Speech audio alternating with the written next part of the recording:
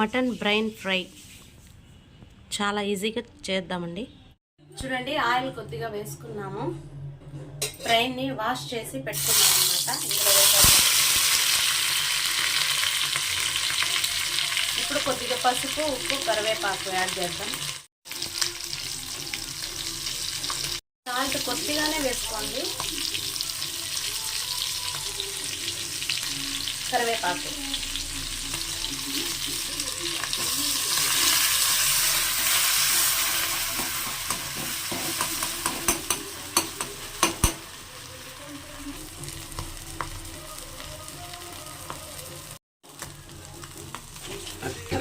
కొద్దిగా కారం యాడ్ చేద్దాం.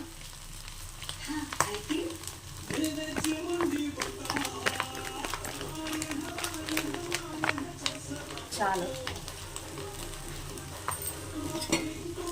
కారం వేసి కలుపుకున్న తర్వాత కాసేపు అలాగే వదిలేసిన తర్వాత చాలా టేస్టీగా ఉండే మటన్ బ్రెయిన్ ఫ్రై రెడీ.